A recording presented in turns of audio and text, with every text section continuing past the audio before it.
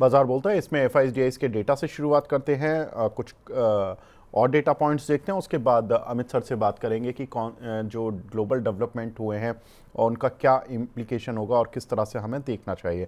तो एक बार एफआईआईज का डेटा देखते हैं। तो एफआईआईज के डेटा में देखिए, कल 6,346 करोड़ रुपए की सेलिंग जरूर दिखी है, लेकिन कल एक इंटरेस्टिंग चीज़ भी थी कि एफआईआईज स्टॉक फ्यूचर्स में करीब 2,000 करोड़ से ज़्यादा की बाइंग भी करके गए थे। और इंडेक्स फ्यूचर में हालांकि उनकी शॉर्ट पोजीशन थी करीब 3,072 करोड़ रुपए की, और इंडेक्स ऑप्शन में भी उन्होंने 6940 करोड़ रुपए का माल सेल किया। लेकिन कहीं ना कहीं जो स्टॉक फ्यूचर थे उसमें बाइंग कुछ ना कुछ दिखा रहा था। या तो उन्होंने शॉर्ट कवरिंग की है कल, और अपने शॉर्ट्स कवर मतलब जो शॉर्ट्स हैं स्टॉक स्पेसिफिक वो कवर करने शुरू किए हैं, तो जिसकी वजह से हमने देखा कि आज एक बाउंस बैक भी है और मार्केट में कन्विक्शन भी दिख रही है। एक बार देख लेते हैं ग्लोबल मार्केट्स का हाल, वहाँ पे किस तरह का रुझान देखने के लिए मिल रहा है। देखिए, कल डोनाल्ड ट्रंप के स्टेटमेंट के बाद अमेरिकन मार्केट पलट गया। चाइना, हैंसेंग, निकाई, कोस्पी, यहाँ पर ज़्यादातर में ग्रीन मार्क दिख रहा है। निकाई और कोस्पी में ग्रीन मार्क दिख रहा है। कोस्पी में करीब 2.5% का अच्छा उछाल देखने के लिए मिल रहा है। आगे बढ़ते हैं, अगले कुछ एक काउंटर्स पर नज़र डालते हैं जो कि तेज हैं, या हम कह सकते हैं टॉप गेनर्स की लिस्ट में सबसे ऊपर हैं। आज रेडिंगटन करीब 12.5% ऊपर है, एआईएल करीब 9%, तेजस नेटवर्क, गोकेक्स और 63 मूव्स जो ज़्यादातर पिटे थे इस पूरी गिरावट में, वही मिड कैप स्मॉल कैप में अच्छा उछाल देखने के लिए मिल रहा है। पारस डिफेंस, बलरामपुर चीनी, रेणुका शुगर, वनसोर्स और जेडब्ल्यूएल यहाँ पर गिरावट है। देखो, जो डिफेंस और चीनी के शेयर थे यहाँ पर एक अच्छा मूव देखने के लिए मिल रहा था पिछले 2-3 दिन से, 4 दिन से, जब से युद्ध शुरू हुआ था। उसके बाद धीरे धीरे इन काउंटर्स पे एक कन्विक्शन के साथ बाइंग आ रही थी। आज प्रॉफिट बुकिंग आ रही है क्योंकि युद्ध समाप्ति की बात हुई है, जिसकी वजह से हम देख रहे हैं कि ये सभी काउंटर थोड़ा सा प्रॉफिट बुकिंग का शिकार हो रहे हैं। जो कुछ ग्लोबल खबरें हैं उसमें डोनाल्ड ट्रंप ने क्या कहा कल रात, जिसकी वजह से सभी मार्केट इस तरह से गुलजार हो रहे हैं। उसमें बोला है उन्होंने, डोनाल्ड ट्रंप ने, कि जंग खत्म होने के संकेत दिए। उन्होंने कहा हम वॉर के एंड पॉइंट पर के करीब आ रहे हैं। अमेरिका ने ईरान के करीब 5,000 ठिकानों पर हमला किया और ईरान की मिसाइल क्षमता 10% घटी है और ईरान की ड्रोन क्षमता करीब 83% घटी है। युद्ध दोबारा ना हो तभी खत्म माना जाएगा, ईरान का ऐसा स्टेटमेंट आया है डोनाल्ड ट्रंप के स्टेटमेंट के बाद। हालांकि चाइना, रशिया, फ्रांस सभी ने ईरान से सीज फायर के लिए बात की है। इस तरह के स्टेटमेंट उनकी तरफ से, ईरान की तरफ से ऑफिशियल आए हैं। अमित सर, ये कम से कम इंटेंट तो अब दिखने लगी है युद्ध खत्म होने की, कि चलिए ठीक है डोनाल्ड ट्रंप कह रहे हैं, लेकिन डोनाल्ड ट्रंप की इंटेंट को समझना थोड़ा सा कई बार इसलिए मुश्किल हो जाता है क्योंकि उन्होंने 2 बार अच्छी ठीक ठाक बातचीत हुई थी उनकी जेनेवा में, ओमान में, और उसके बाद वियना में बातचीत होने वाली थी मंडे को, लेकिन उन्होंने सैटरडे को अटैक कर दिया था ईरान पर। तो ये तो बहुत सारे लोग ये बोलते हैं कि वो इस तरह की टैक्टिक्स अपनाते रहते हैं कि बातचीत कुछ और कर रहे होते हैं और एक्शन कुछ और ले रहे होते हैं। तो इस बार ऐसा तो नहीं कि वो दोबारा से बातचीत कुछ इस तरह की करके कि ईरान को ऐसा लगे कि शायद यूएस शांत हो रहा है और फिर अटैक तेज करने वाले हो, कुछ ऐसी टैक्टिक्स तो नहीं अपना रहे? मुझे ऐसा लगता नहीं है विवेक। जो आपने पहले बात कही वो एकदम वो बिल्कुल सही है कि डोनाल्ड ट्रंप की ये प्रैक्टिस रही है कि किसी के ऊपर भी अगर आपको अटैक करना है तो उससे पहले जो है आप ऐसा दिखाते हैं कि चीजें जो हैं वो नॉर्मलाइज हो जाएंगी और किसी भी किस्म की वॉर की या किसी भी किस्म के एक्शन की हमें जरूरत नहीं पड़ेगी, हम्म। जिससे कि उस टाइम जो है वो दूसरी कंट्री अनप्रिपेयर्ड हो एंड देन हम्म। आप सडनली स्ट्राइक कर दें। तो इन्होंने यही चीज जो प्लेबुक है इसका इस्तेमाल ईरान के केस में भी किया है, और यही वजह रही कि जो ईरान का जो टॉप गार्ड है हम्म।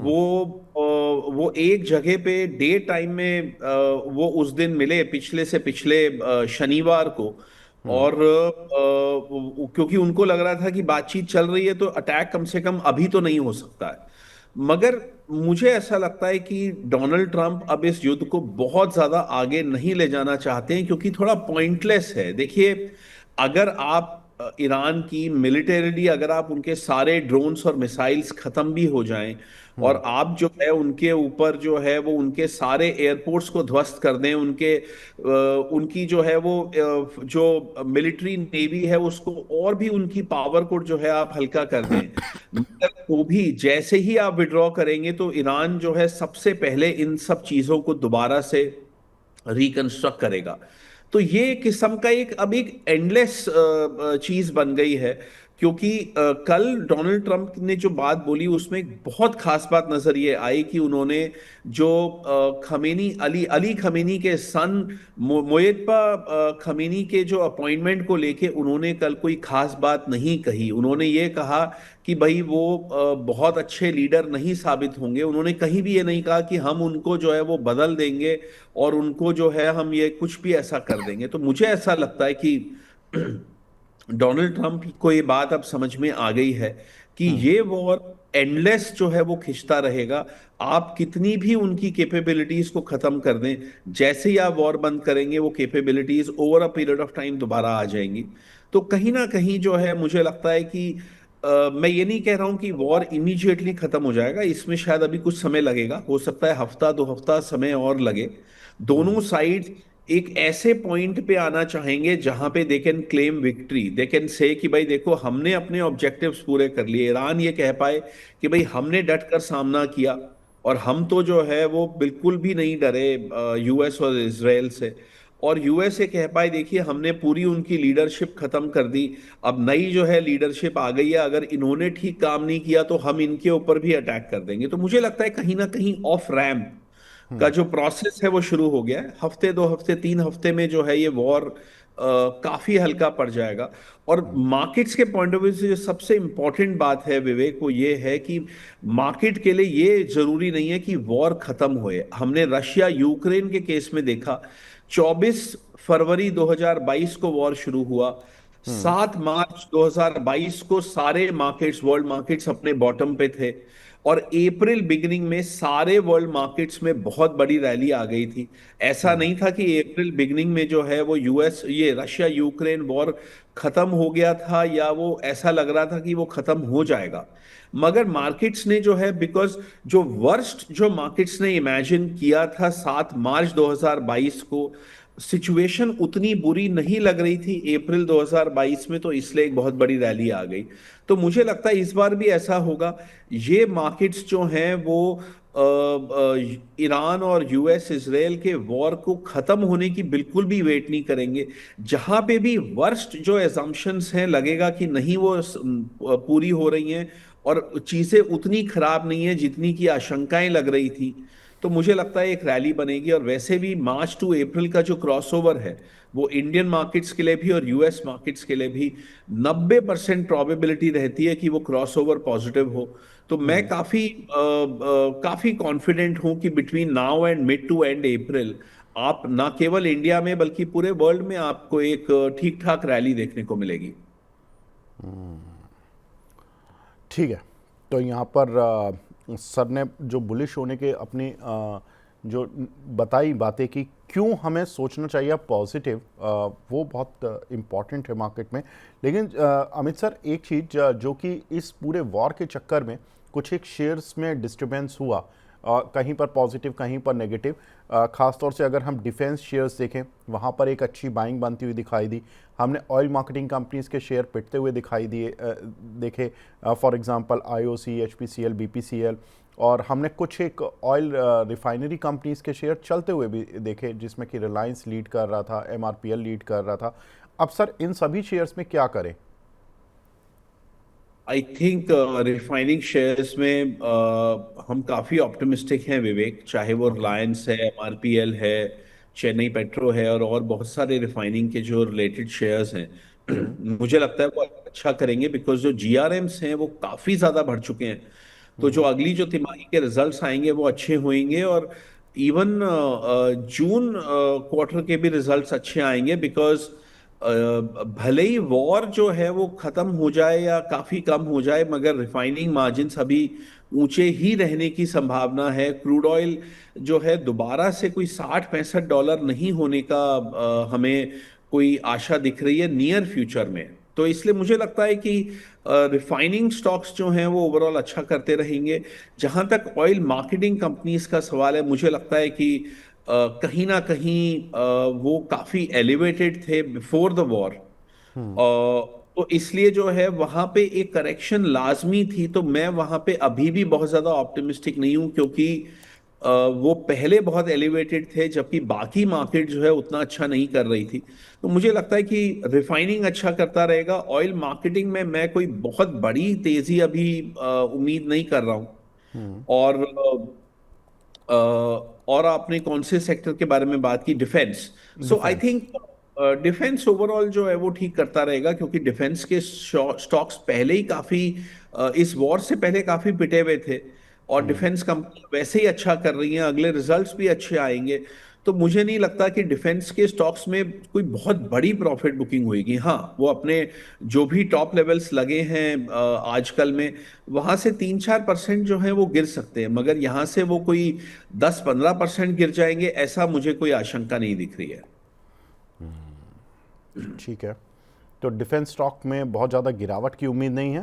हाँ, थोड़ा आज जो प्रॉफिट बुकिंग है वो थोड़ा बहुत आई है, बिकॉज कि हमने देखा कि जो एक वॉर प्रीमियम मिल रहा था वो थोड़ा सा आज वॉर प्रीमियम थोड़ा सा घटा है।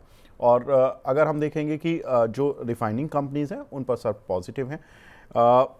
सर, कल कच्चे तेल की कीमतों में क्या वॉलेटिलिटी थी? मतलब एक मॉर्निंग हम देखते हैं कि $119 पर क्रूड होता है, और रात को हम क्रूड देखते हैं तो 89-85 के बीच में ट्रेड कर रहा होता है।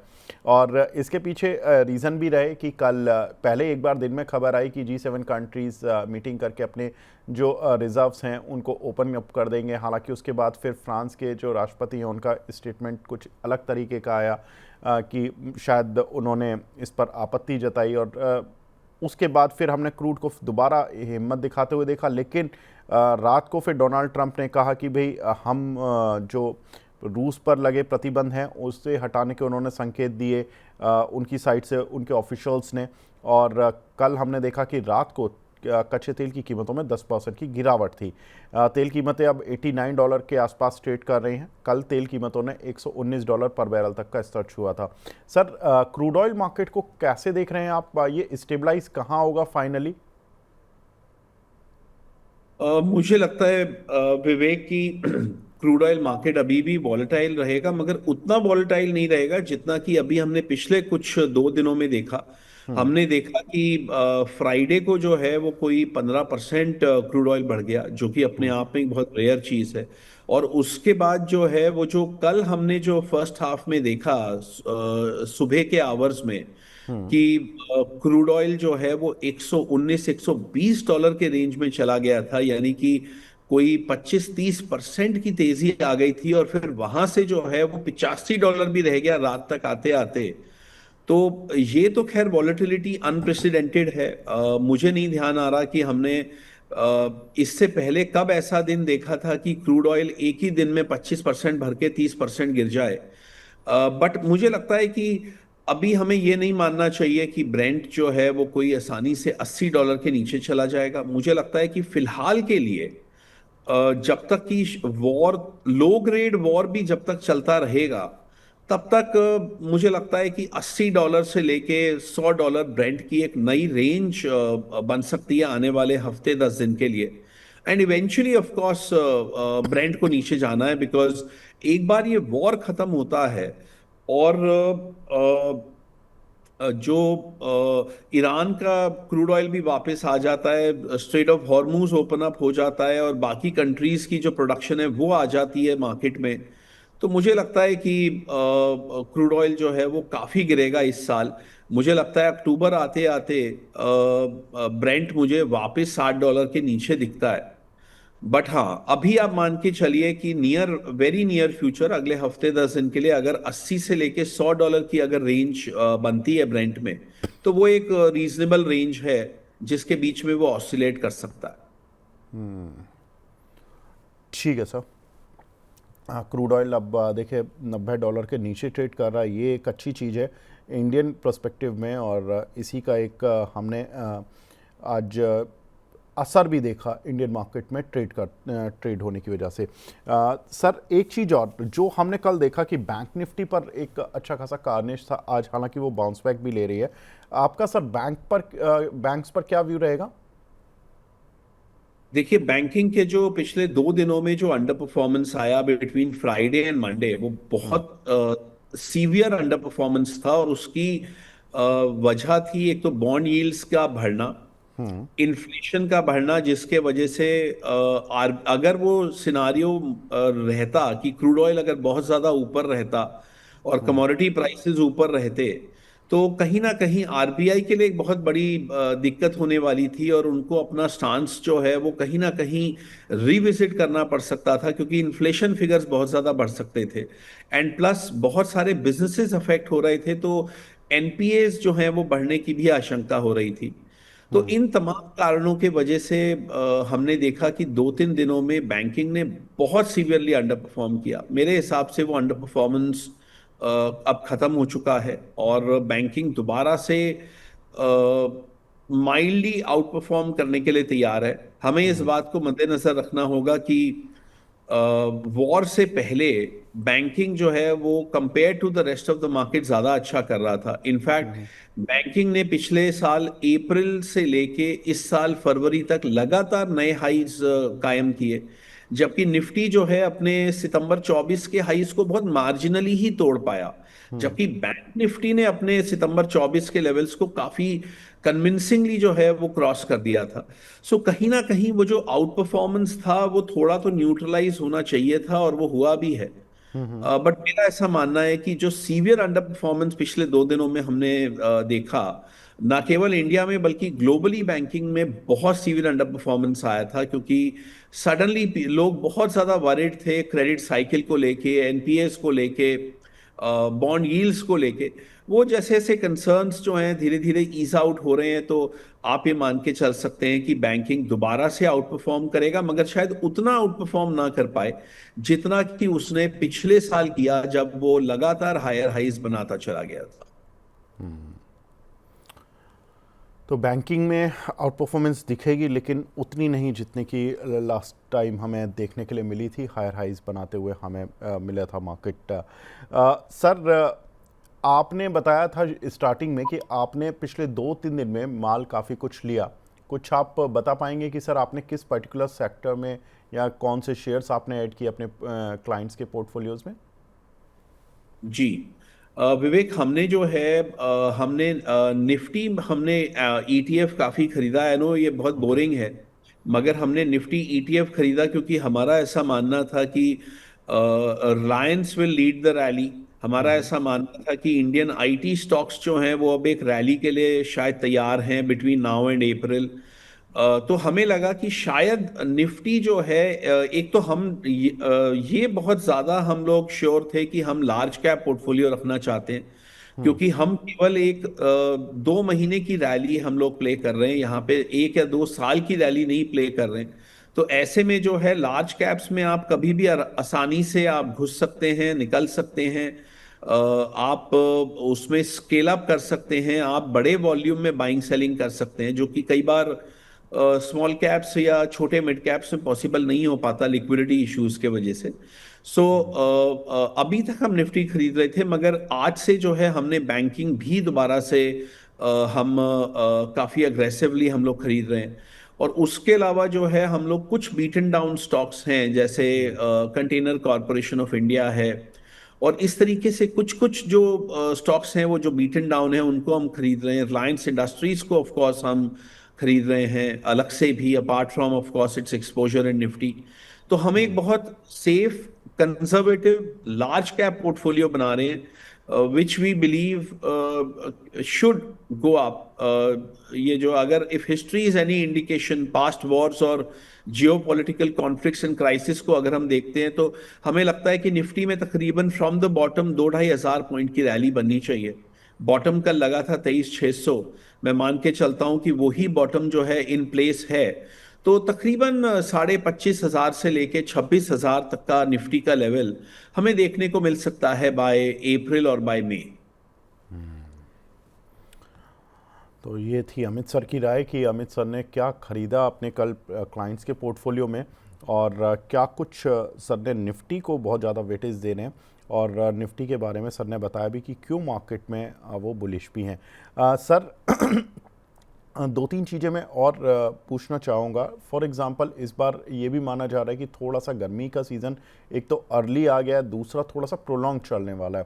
क्योंकि मॉनसून शायद अभी आईएमडी की ऑफिशियल फोरकास्ट तो नहीं आ रही है, लेकिन हाँ कहीं ना कहीं डिसरप्शन की रिपोर्ट्स आ रही हैं कि डिसरप्ट रह सकता है। आपको क्या लगता है कि सर जो सिक्लिकल शेयर होते हैं गर्मियों से जुड़े हुए, उन पर कुछ वेटेज रखना चाहिए इस बार? आई थिंक रख सकते हैं विवेक, क्योंकि ये तो फैक्ट है कि इस बार जो है वो समर्स एक्सटेंडेड होने के चांसेस हैं, एंड समर इंटेंस होने के भी चांसेस हैं। सो आई थिंक जो भी टॉप रेफ्रिजरेशन कंपनीज हैं, एयर कंडीशनिंग की कंपनीज हैं, मुझे लगता है उनको डेफिनेटली फायदा होगा। और प्रॉबली ये अभी एक समय है जब आप ये ट्रेड को ले सकते हैं, क्योंकि पूरा वर्ल्ड जो है या ज्यादातर इन्वेस्टर्स जो हैं वॉर फियर्स के वजह से अभी इक्विटीज को बहुत ज्यादा फेवरेबली नहीं देख रहे हैं। तो अभी प्रॉबली लेने का टाइम है। जबकि बाद में आपको ये मालूम है कि हर साल ये वाला ट्रेड मार्च से लेके अप्रैल में शुरू होता है, और मार्केट जो है वो टॉप समर की वेट नहीं करती है ये शेयर्स को पीक आउट होने के लिए। कहीं ना कहीं उससे पहले ही ये शेयर स्पीक आउट हो जाते हैं। मगर मुझे लगता है इस बार एक विंडो ऑफ अपॉर्चुनिटी है, बिकॉज लोगों का अभी वहां पे फोकस नहीं है, and it is still probably early. तो अभी अगर आप लें तो शायद बाय मई मुझे लगता है कि ये शेयर्स अपने जो बेंचमार्क इंडाइसेस हैं उनको बीट कर सकते हैं, तकरीबन 4 से लेके 5-6% तक। तो सर इन पर्टिकुलर कोई काउंटर आपको एक दो जो अच्छे लग रहे हो, जो अब आपके दिमाग में आ रहे हो कि हाँ ठीक है, अगर ये अच्छे लेवल्स पर मिलते हैं तो हम इनको ऐड करेंगे पोर्टफोलियो में? देखिए, हमने अभी तक वो शेयर्स ऐड नहीं करने शुरू किए हैं, बट हो ओके। सकता है हम जल्दी ही ऐड करें। तो मुझे लगता है कि वोल्टास, ब्लू स्टार, ये अपने आप में अच्छे कैंडिडेट्स हैं।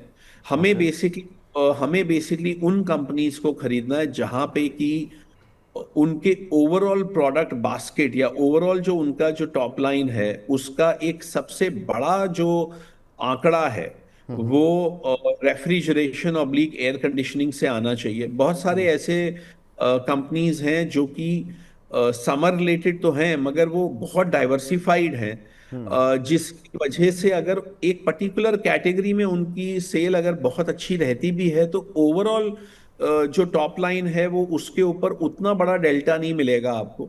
तो आपको ऐसे शेयर्स देखने हैं जहां पे कि समर रिलेटेड जो हैं, कूलिंग रिलेटेड हैं, चाहे रेफ्रिजरेशन है, एयर कंडीशनिंग है, चाहे सीलिंग फैंस हैं, चाहे कूलर्स हैं, आपको देखना होगा कि उनका परसेंटेज जो है वो सबसे बड़ा होना चाहिए over on their top line.